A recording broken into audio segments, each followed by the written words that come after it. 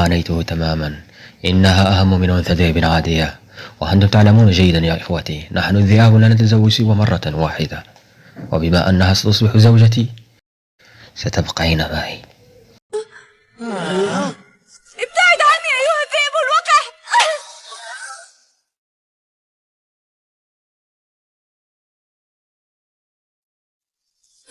الفتاة صفعت كوشا. انتهى شهر العسل، أصبحت في عداد الأموات.